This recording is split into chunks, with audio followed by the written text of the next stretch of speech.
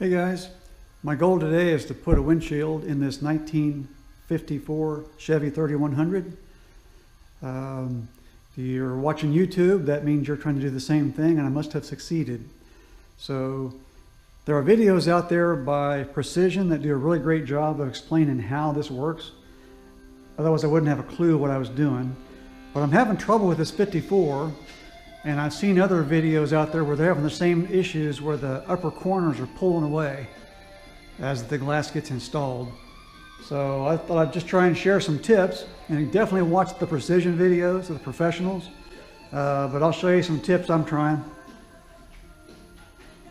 First of all, you might be tempted to go to a hardware store and pick up a little pick set to work with the weather stripping. You might think you can grind them down where they're smooth. That's a bad idea. I ended up tearing through my first weather stripping.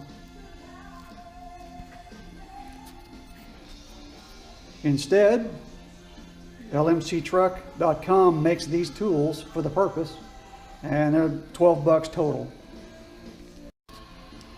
The slot that's in the windshield that holds the pull rope will hold a 1/4 inch nylon rope. So what I did was I cut a piece long enough, and I took the core of the rope out of the outer winding.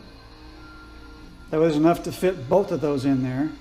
And that gives me 2 chances to pull this weather stripping to the inside, one from the top and one from the bottom. These clamps were really handy for putting that weather stripping on the glass. Now, when you're doing the weather stripping, these little ear things right there, I don't know if you can see that or not, they go to the bottom inside corners of the glass. So this thing is ready to be put in. Let's see how it goes. I bought these suction cups from Harbor Freight.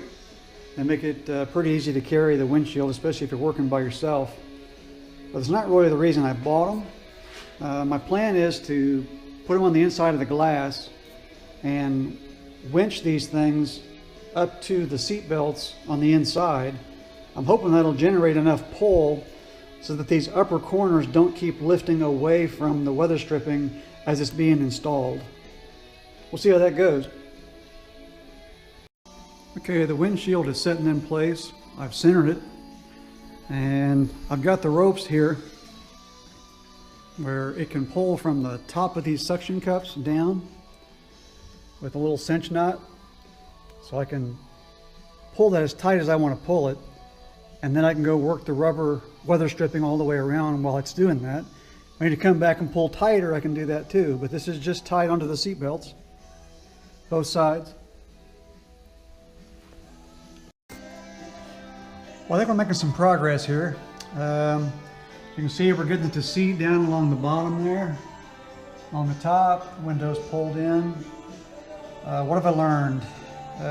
First off, if you set it up against to go into the cab, get the bottom first up against that pinch weld, and then lay this back in and the top and work the top in. I tried to get the top in first. I could never get the bottom to go up. So start with the bottom, lay it in, and then get the top to work. I also found that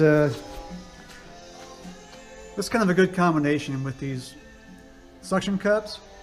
And I've got some ratchet straps, and these make it pretty nice. If you need to pull directly in, you can go against the seat. I've also attached the ratchet straps to the seat belt as needed to pull it down. And maybe it's just the fact that it's winter here in Illinois, but this rubber doesn't like to move too much. So I like to put this stress on it, pull it where I want to pull it, and then I'll just leave it for 24 hours and I'll come back and it'll be where I want it to be. I'll just keep adjusting the pressure, the vector, pulling it in, and then just kind of work out the rubber as it goes around. If you're patient, I think you can get it. Good luck.